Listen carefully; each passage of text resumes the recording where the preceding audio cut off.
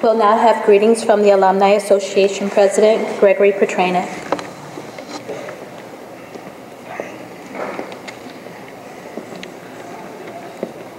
Well, congratulations, degree candidates. Looks like everybody got through their 1 credit or a 3 credit math course in order to be here, right? You know what I mean? What an honor it is to share this graduation celebration with you. Our United States Senator for Connecticut, the Honorable Richard Blumenthal, our President and Community Leader, Dr. Grace Jones,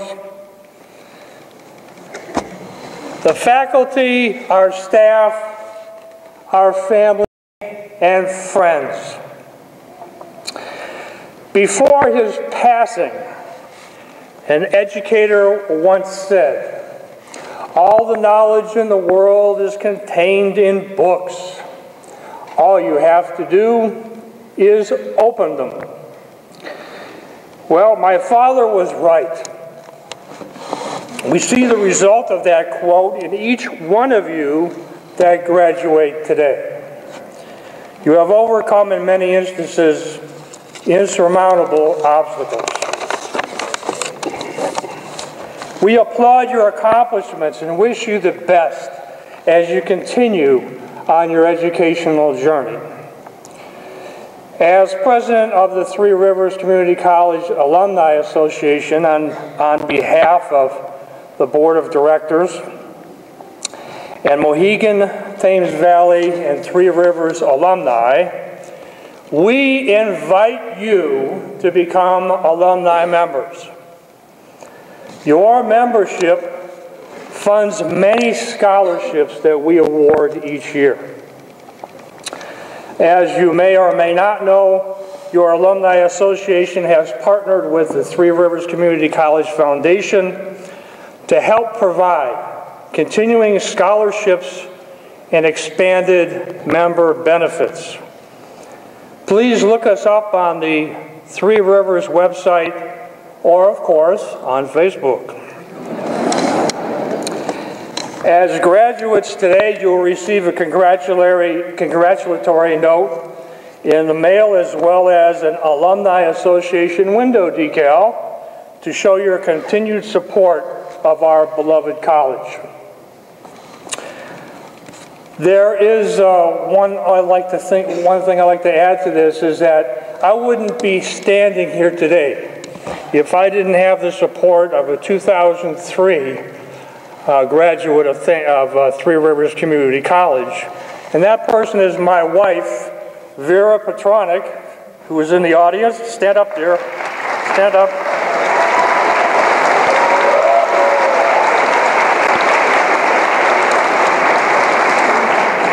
I want to thank the college for allowing me the opportunity to speak today. Congratulate the graduates, and I ask all family and friends to continue to support these fine men and women in their quest to reach their educational goals. Thank you.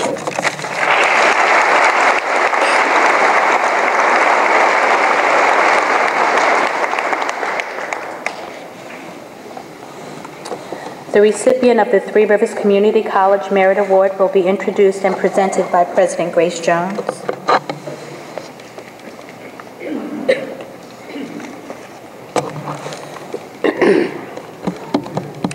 I have the honor and the privilege to present our 2014 Three Rivers Community College Merit Award to Mr. John Beauregard. I think John should join me here at the podium so that you can all keep an eye on him while I talk about him. Mr. John Beauregard is the Executive Director of the Eastern Connecticut Workforce Investment Board. We refer to as EWIB. It's the federally recognized oversight agency for workforce development activities, and in this case, in 41 towns in Eastern Connecticut region. John is recognized in this region for his intellectual prowess, for providing in-depth research, for strategies, and for reporting that to serve government, business and industry, education, and training institutions. Three Rivers has long looked to John and EWIB to review future trends in order to build the next future programs, particularly those of our Workforce and Community Education Division. I've had the good fortune to be a board member of EWIB throughout my tenure here. John led the board in first preparing an application proposal for Connecticut Economic and Development Association, receiving the funding, and later receiving the prestigious award called Excellence Award in Education, Employment, and Economic Development.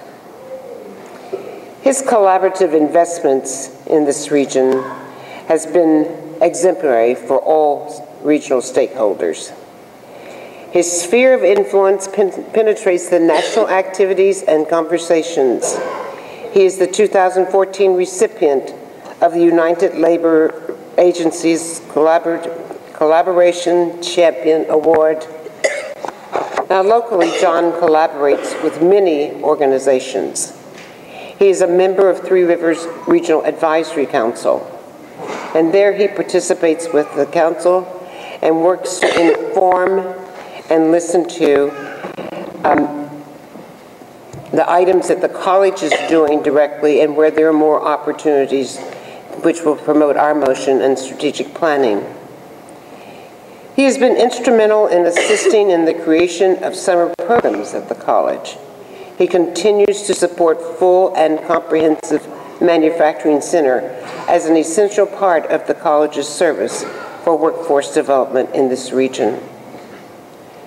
John Beauregard exemplifies the community and regional commitment that is worthy of a merit award given to him on this occasion.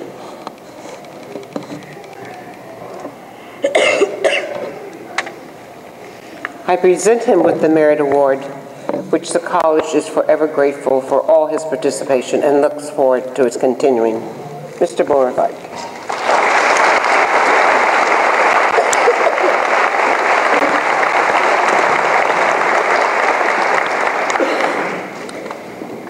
Thank you, Grace. That was very kind.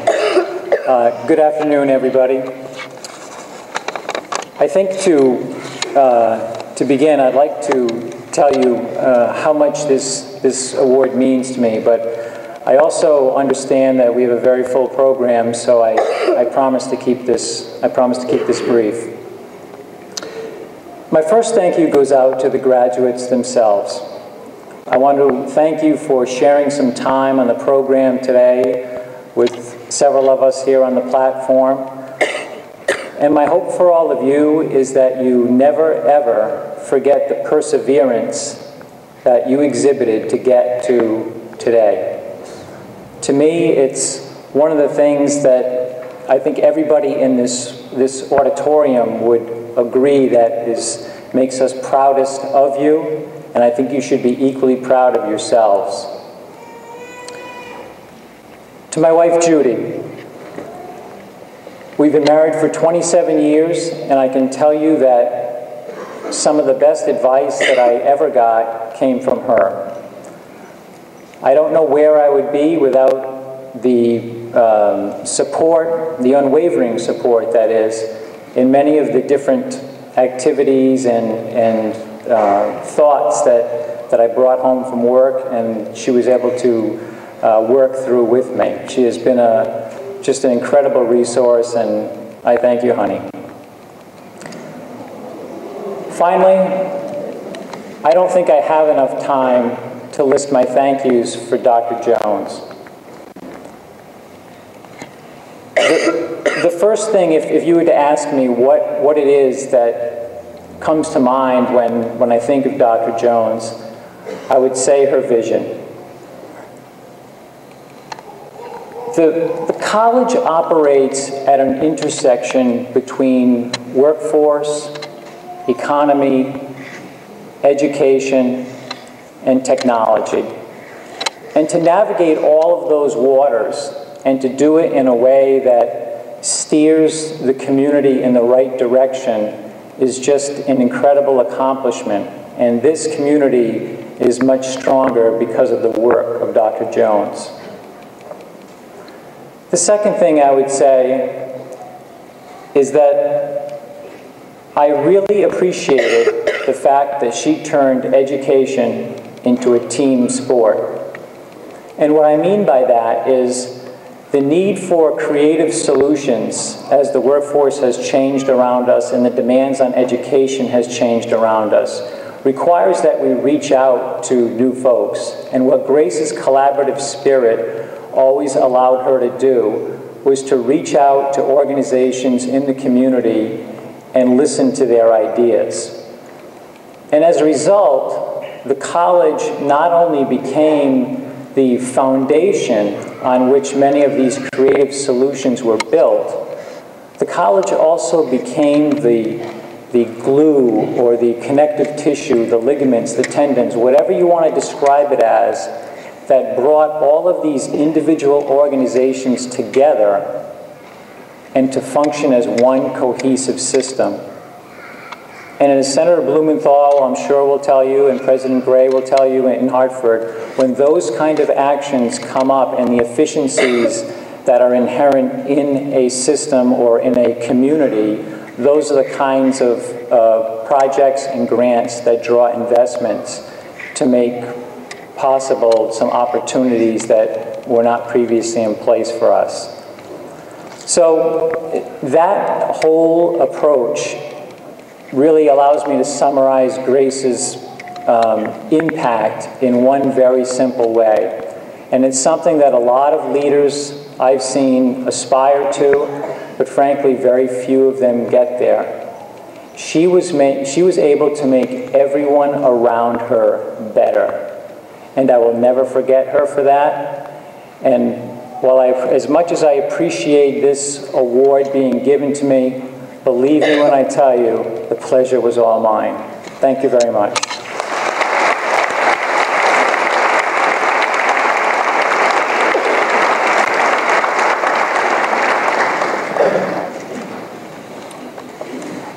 The Board of Regents Medallion for Academic Excellence will be introduced and presented by Dean Lopez.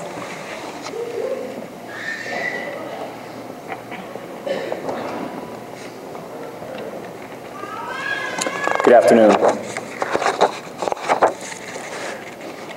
Would our award recipients please join me at the podium, Brendan Cox and Justin Benjamin.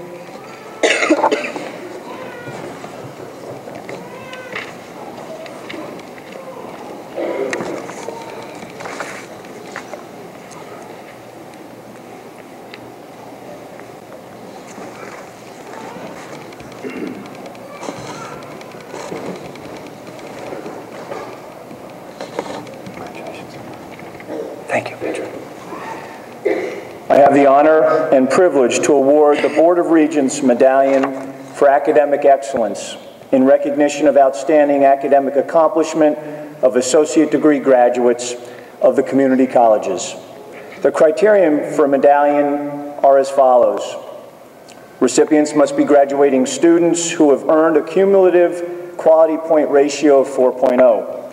Recipients must have completed the degree requirements of an approved associate degree program, and lastly, must have completed at least 50% of the degree requirements in residence at the community college awarding the degree. And now for the presentation, Brendan Cox.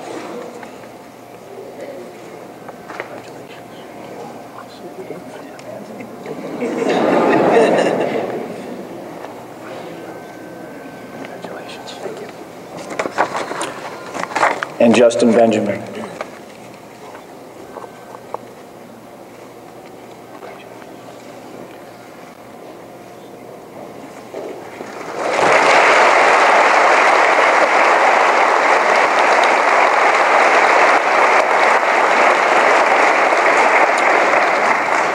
There are also two other students who could not be here today, but we would like to recognize them for earning this award as well. Zachary Martin Dean, salutatorian, and James Christopher Casello. On behalf of the Board of Regents, I congratulate each of you for your outstanding academic accomplishment. Congratulations.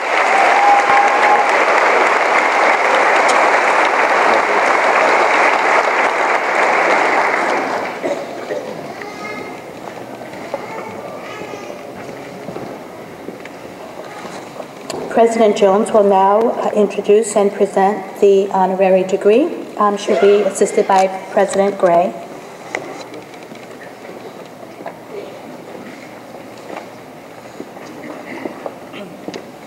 The Board of Regents acted to adopt a policy from the Board of Trustees for granting honorary degrees when unusual and exceptional circumstances warrant this recognition of persons who have made outstanding contributions to advance work and reputation of Connecticut community colleges. The identification of this recipient has been overseen by the college's president as required by the board policy through a participatory process, including solicitations and evaluations of recommendations for the honor. The individual has agreed to accept the Associate in Humane Letters honoris causa according to the board's policy at this commencement. It is an honor to present Three Rivers Community College honorary degree recipient, Mr. Warren Scholes. Will you join us here at the podium?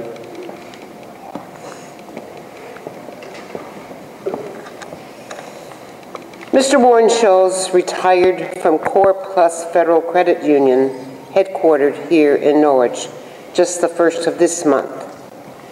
He began his tenure with the credit union in May 2001 as Executive Vice President, and a year later became Chief Executive. Prior to locating to this area, Warren led credit unions in Kansas and Oklahoma. Clearly, his accomplishments with credit union arena, with historical beginnings in such cooperatives being teachers' cooperatives, often started on dining room tables. This has been the growth and inclusion of a wider market. But he did not forget the origins of these institutions. Warren created pathways to learning the banking business through internships, beginning with high school students. The program brings high school students into the credit union to be mentored by branch managers to learn knowledge and earn salaries. Students are paid during the internships.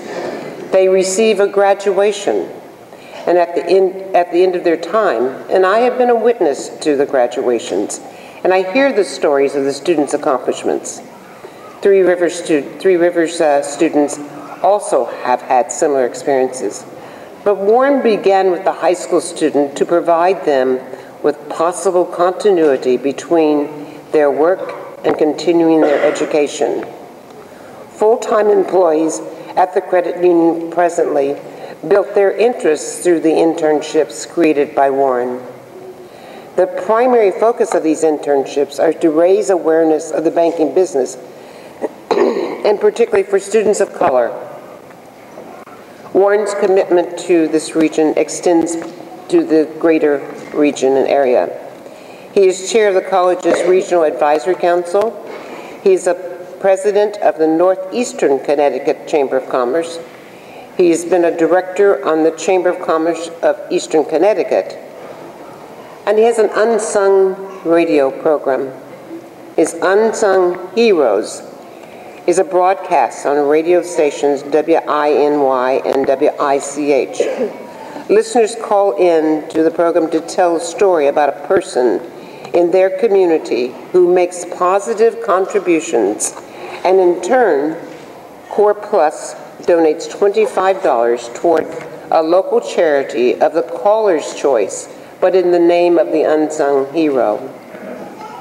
His contributions to this area and this region are another reason to celebrate Mr. Warren P. Scholl by awarding the honorary degree.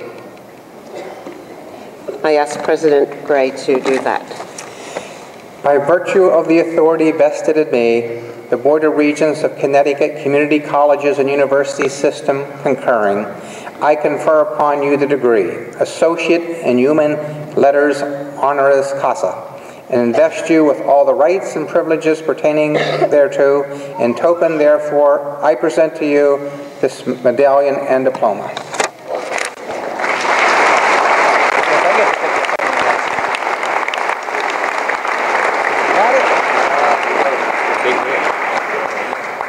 Very nice. Congratulations. Thank you. Say something. I am quite humbled and certainly honored to receive this award, this recognition today, but I am also renewed and inspired by all the successes that I see right around me here, and knowing that I will continue to participate in the community. When I was told that I would be getting this recognition, I again, in humility, said, well, what did I do to deserve this? And based on just the last week or two of thinking about it, I said, well, it's following a career path that I loved, that I enjoyed, that I put my heart and soul into, and it was also a matter of participating in my community.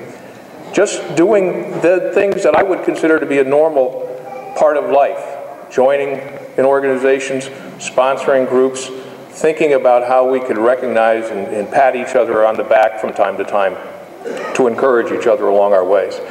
I listened to the song earlier today, and it's most appropriate because when you get into this mode of moving on with your life now, it's the phrase that was the title of the song was, "It's up to you." I encourage all of you to follow your hearts and to do what you can for your community. It's up to you. Thank you.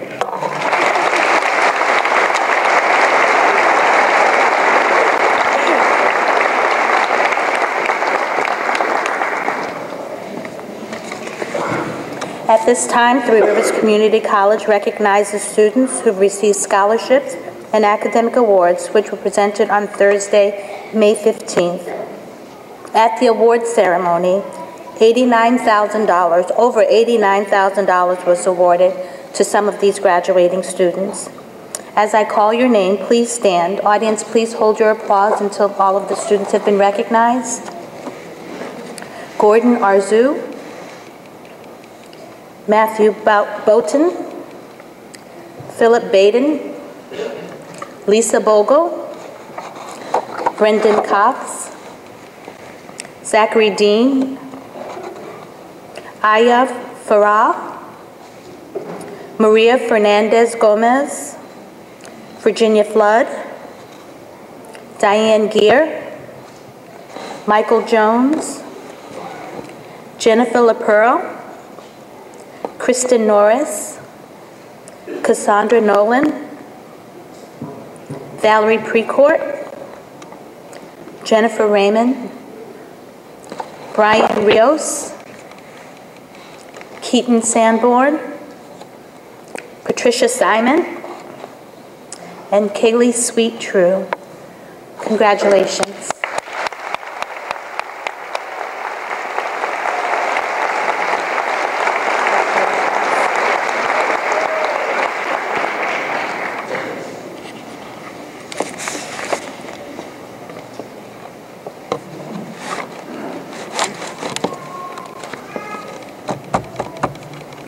We're fortunate to have Dr. Linda Schwartz, Commissioner of Connecticut State Department of Veterans Affairs, as our speaker today. Dr. Schwartz is particularly appropriate as speaker because where we are located in proximity to the submarine base, with our learning community at the base, and because a number of veterans attend the college and receive their degrees. It's my understanding that there are over 70 who are receiving degrees today. It's always risky to ask if they are all here, so I'm going to leave that for Dr. Schwartz to ask.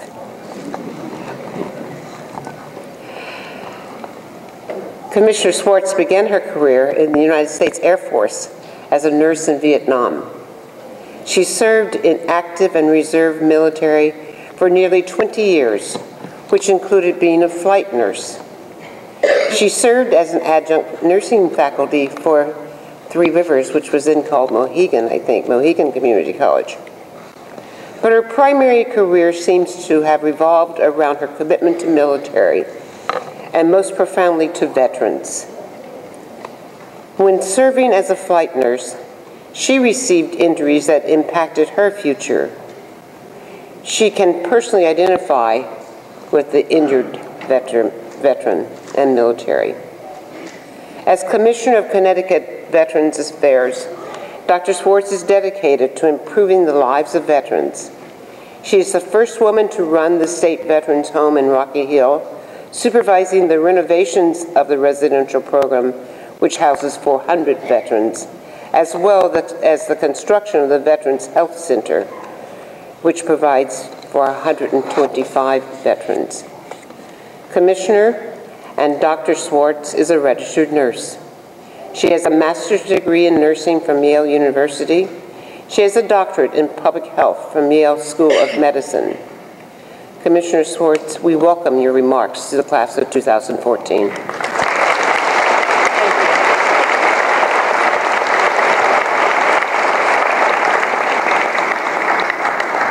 Thank you very much. I want to add my congratulations to the graduates and to the families and all the supporters. And a tip of the cap to the faculty and the staff. We know this must be a proud day for you too, as you see these students achieving the degrees you helped them attain. But a special thanks to President Grace Jones, and congratulations on another fine class. But thank you for all you have done for this college and this community. Thank you. As was said before, and I want to set the record straight, please, I did not actually serve in Vietnam. I took care of casualties that were brought out of Vietnam to our battle casualty staging areas in Japan. And I'm always be proud of that. And I always have the greatest respect and esteem for those nurses who were in Vietnam. But as was said, at one time I was on the faculty of the Mohegan Community College, and I will always have a special place in my heart for my time and all that I learned and encountered while I was there. When my husband and I left the United States Air Force, we came to Connecticut, and I worked at Mohegan, and this may sound familiar to some of you as well. I flew on the weekends with the Air Force Reserve to help make ends meet. I flew out of McGuire Air Force Base, New Jersey. But as fate would have it, in March of 1983, I left my home in Stonington, Connecticut with my 5-year-old daughter during my spring break from my master's program at Yale School of Nursing. And 48 hours later, I was a flight nurse aboard a U.S. Air Force Reserve training mission, 500 miles off the coast of Virginia, at an altitude of 35,000 feet, when the door blew off my aircraft. After 16 years, not only was my Air Force career over, I had instantly become a disabled American veteran. My injuries were complex and known today as blast concussion, but I also had decompression sickness of the brain and spinal cord, and I know some of you submariners here in this audience and in the class will know what that means. I walked like I had a stroke. I could not see out of my left eye, and I had no feeling on my left side. 6 weeks after the accident, I was told by doctors at Andrews Air Force Base that I could never go back to Mohegan or my studies at Yale, and that I should go home to my family, bake bread, and thank God I had a husband to take care of me. I remember saying no over and over again as the doctors tried to convince me resistance would only break my heart. For those of you who don't know me, my husband is a baker. And the reason for saying no, concrete as it may have been, was because even in that condition, I knew he would never eat the bread I baked. From that experience and ultimately the rest of my life, I have learned to have the life I wanted, not the life someone told me I could have. And I have been to Bethesda and Walter Reed and met with veterans in the early stages of their recovery from the wars in Iraq and Afghanistan. They are dealing with the challenges of finding their way to adjusting to a new life and healing. When I tell them that story, they know they have a shot at more than they can imagine or visualize from themselves as they recover. My words to them and my words to you are dare to challenge the status quo. For example, the aircraft accident also brought me to the Veterans Administration, better known as the VA. In 1983, VA was not the institution it is today. Women veterans were an unknown clientele. Privacy for women veterans and gender-specific care, such as mammography and gynecological services, were sparse or non-existent. Women veterans who served in Vietnam were being denied treatment for post-traumatic stress because they were not in combat and therefore could not possibly have experienced stress by only caring for the casualties of the war. I was shocked. And while I did not see myself as a veteran then, I certainly know that what I saw was far from adequate care for anyone, and especially women veterans. Because of my own difficulties with the system in documenting my injuries and receiving care, by the way, it took me 3.5 years to get my veterans benefits.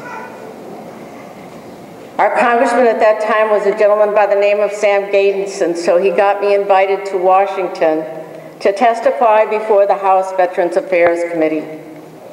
During these hearings, I learned another valuable lesson. When you speak truth to power, people listen. Some of my veterans think the accident in digging out to have a life of my own was my basic training to be a veterans advocate, and I do believe they are right. However, all of you remember that truth is the operative word here. So much of what we hear in the media, investigative reporting, and the rants of talk shows are merely provocative statements based on emotionalism, designed to spark debate, but mostly just to fill in the time between commercials. Truth, real truth, is missing in America.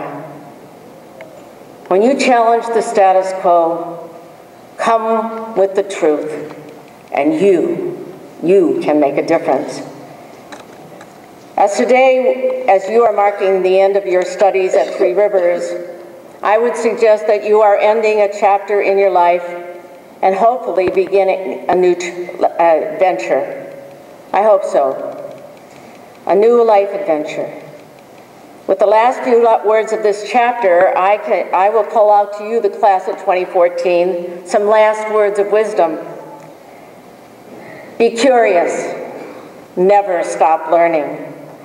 When you see opportunities, have burning questions, see a way you can make something better, see injustice or ignorance or a need that you think you can address or improve, go for it. Make a difference. You never know where the work will take you. Quite frankly, I wanted to be a gym teacher. But curiosity, making a difference, accepting challenges can be wonderful assets. In an age when we have computer capability in the palm of our hands, pictures, texts, and voices can be transmitted instantaneously around the world, and radioactive fallout from nuclear plants half a world away can be detected in our drinking water. When confidence in government, organized religion, and Wall Street are in doubt, the old Shakespearean admonition, "To thine own self be true," comes to mind. Now, as you probably have guessed, I am not a Shakespearean scholar. But when Polonius, the father, was speaking to his son Laertes, he was advising him to take care of yourself first.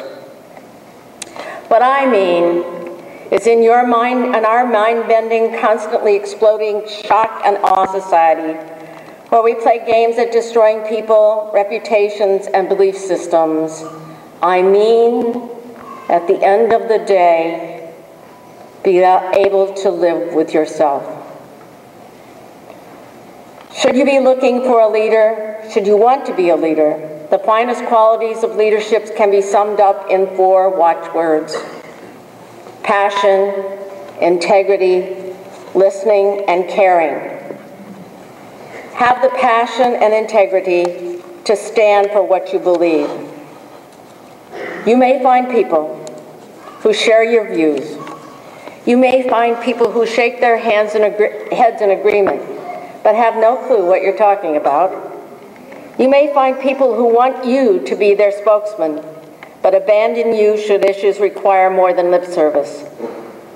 There may be days when you find yourself standing alone. Therefore, it is very important to be fit for yourself to know. If you want to be heard, if you want some action, if you want meaningful achievement, listening and caring are essential to the process. Listening for insight, listening for understanding. Listening is the highest sign and form of respect and love. Listen with an open mind and an open heart. Know what you care about. Be hungry to know as much as you can about what you care about. Take the time to assess what it is you're after, and if this is worthy of you. And I say worthy of you are 3 words that are a great gut check. Because there are times when you may be asked to trim a little here, take a shortcut there, not make waves, turn a blind eye. Competition may attempt you to cheat or shade the truth. At the end of the day, be able to live with yourself. Even when you are shuffling papers, writing research, designing academic programs, making policy, selling products, keep in touch with the people, the patients, the students, the customers, the families, the constituents, the voters, the stockholders, colleagues, and staff. Keep in touch with the people and take the time to touch the earth. It will keep you honest, it will keep you grounded, and it will give you strength, and it will give you joy to bridge the days of indecision, worry, pressure, and stress. Now I have been blessed to care for patients in the streets of Tehran and 400-year-old hospitals in Spain, and on the barren, windswept Arctic Circle and the exotic terrain of the jungles of Vietnam, and as an Air Force flight nurse 35,000 feet over the Atlantic Ocean. I have walked with the homeless in some of the richest cities of America, and I have sought justice in the halls of Congress and justice on the Hopi and Navajo reservations. And I have grieved with the families of the men and women who died in Vietnam, Iraq, and Afghanistan. Now, I am responsible for programs and services for Connecticut's 277,000 veterans and their families. The road that I have traveled was never one that I envisioned for myself. So my hope for you is that you will have successes, adventures, challenges, lifelong learning, and victories.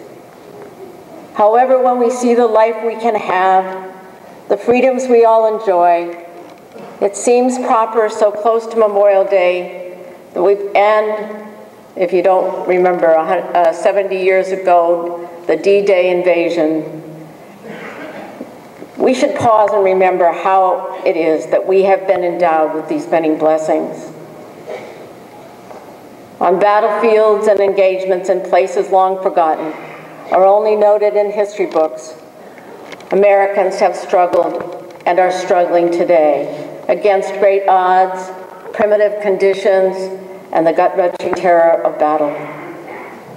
We must keep faith with them and with the missing in action who never came home, who have no flags or flowers to mark their final resting place. And let us not forget the hundreds of wounded and disabled men and women maimed in the line of duty, for their sacrifices are holy as well. And those we served with, who were so disturbed by war that they took their own lives. We embrace and honor the families of the honored dead and those who have suffered because of their service to the nation. But the challenge to all of us, the challenge is to take these gifts of life and sacrifice and keep them and nurture them and pass them on. The voices of these honored dead seem to say to us, remember me.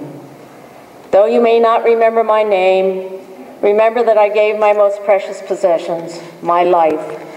From the valleys of Connecticut to the deserts of Iraq and the heights of Afghanistan, I stood not for myself, but for my country. I stood for you. Our names are not important, but just remember this. If you falter or troubled to raise your voice to injustice, remember veterans served and died to protect your freedom of speech. If you see that integrity and truth have become the casualties of time, remember veterans served and died to assure that the truth would keep America free. And if you should see oppression and intolerance, remember veterans served and died so that there would be liberty and justice for all.